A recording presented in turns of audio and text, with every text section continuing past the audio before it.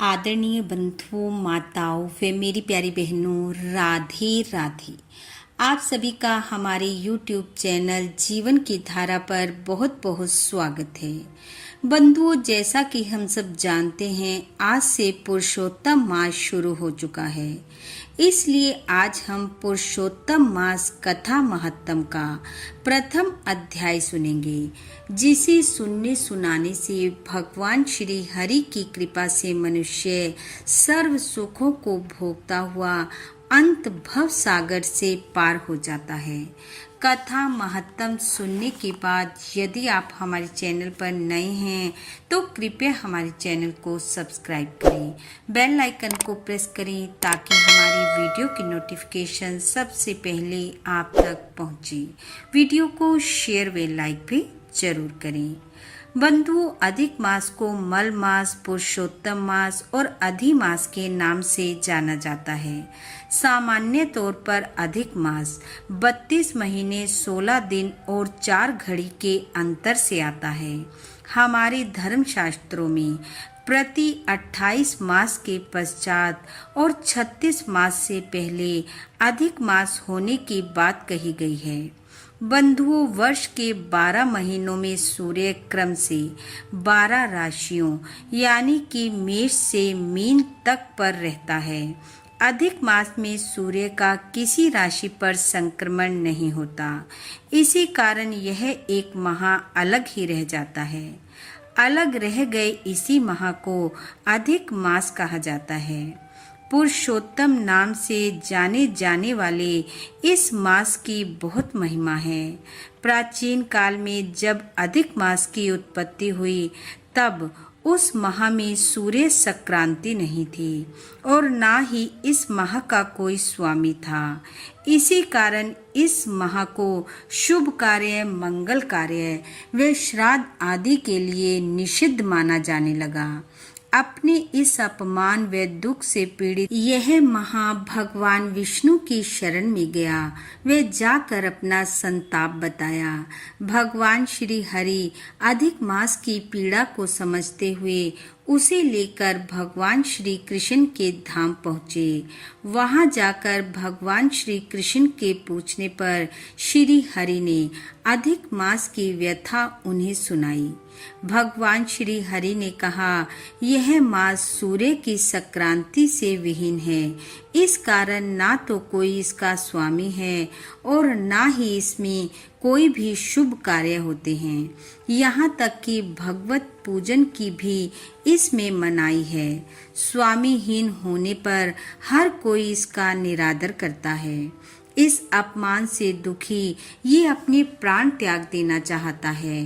अधिक मास की इस पीड़ा को सुनकर भगवान श्री कृष्ण ने उसे अपने आश्रय में लिया और कहा, मुझ में जितने भी गुण हैं उन सब को मैं मल मास को सौंप रहा हूँ।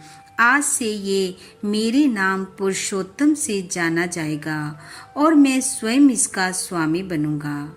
भगवान श्री कृष्ण ने स्वयं अपने मुख से कहा, जिस परम धाम में पहुंचने के लिए ऋषि मुनि बड़ी बड़ी तपस्याओं में रत रहते हैं, वही पद पुरुषोत्तम मास में स्नान, दान, जप, तप, पूजन व अनुष्ठान करने से मनुष्य सुगमता से प्राप्त कर लेगा।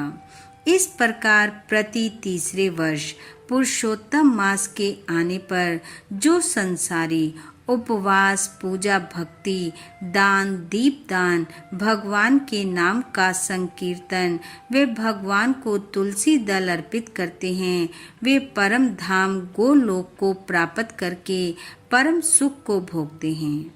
बंधुओं, इस माह का एक मुख्य नियम है भगवत कथाओं को सुनना, दूसरों को सुनाना।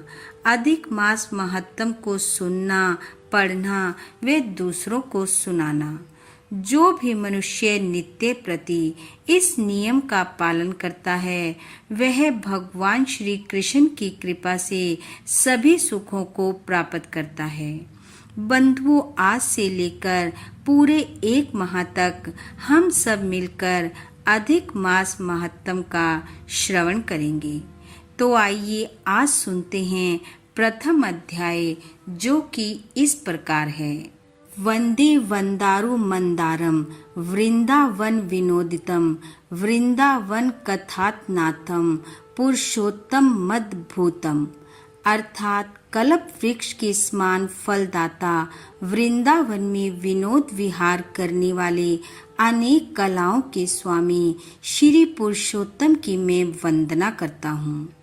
यज्ञ करने हेतु नैमिषारण्य तीर्थ में देवल, सुमंत, कश्यप, भृगु, अंगिरा, सुतीक्ष्ण, शरभंग, मांडव्य, अगस्त्य, कौशिक, जमदग्नि, भारद्वाज, महाबाहु, काल, श्वेत बाहु आदिक ब्रह्मनिष्ठ और वेद पाठी ऋषि अपने शिष्यों सहित लोक कल्याण के विचार से एकत्रित हुए थे। तीर्थ करते हुए उसी समय सूत जी महाराज भी उधर आ गए। उन ऋषि मुनियों ने श्री सूत जी को देखा तो सभी एक साथ आदर भाव के साथ उठ खड़े हुए। मुनिगण हाथ जोड़कर बोले, हे सूत जी, आप चिरायु हो, आपके लिए यह मनोहर आसन है, इस पर आप विराजमान हो जाएं। और इतना कह वह ऋषि मुनि बैठ गए। सूत जी के सुख से विराजमान होने पर ऋषि मुनियों ने सूत जी से कहा, हे महाराज, आपने जिस कथा को सर्वश्रेष्ठ सार रूप जान कर रखा हो, जो भव सागर से पार लगाने वाली हो, ऐसी कथा हमें आप सुनाने की कृपा करें।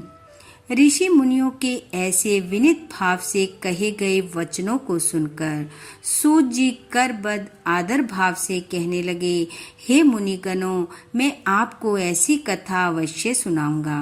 मैं सभी पुण्य तीर्थों का भ्रमण करता हुआ कुरु और जांगल देशों में होता हुआ हस्तिनापुर जा निकला। वहां सुना कि महापुण्य आत्मा राजा परीक्षित अनेक मुनियों सहित अपने राज्य को त्याग कर गंगा तट पर आए हैं। हे ऋषिजनों, मैं वहां अपने मन की शंकाओं के समाधान हेतु गया तो वहीं मैंने भगवान के महातेज से युक्त प्रतापी महामुनि श्री शुकदेव जी के दर्शन का लाभ पाया। महामुनि श्री शुकदेव जी को जब अन्य ऋषियों ने दूर से देखा तो सब के सब एक साथ हाथों को बांधे खड़े रह गए। श्री शुकदेव जी को उन मुनियों ने अपने बनाए हुए कमल कर्णिका पत्र की भांति उच्च आसन पर विराजमान किया।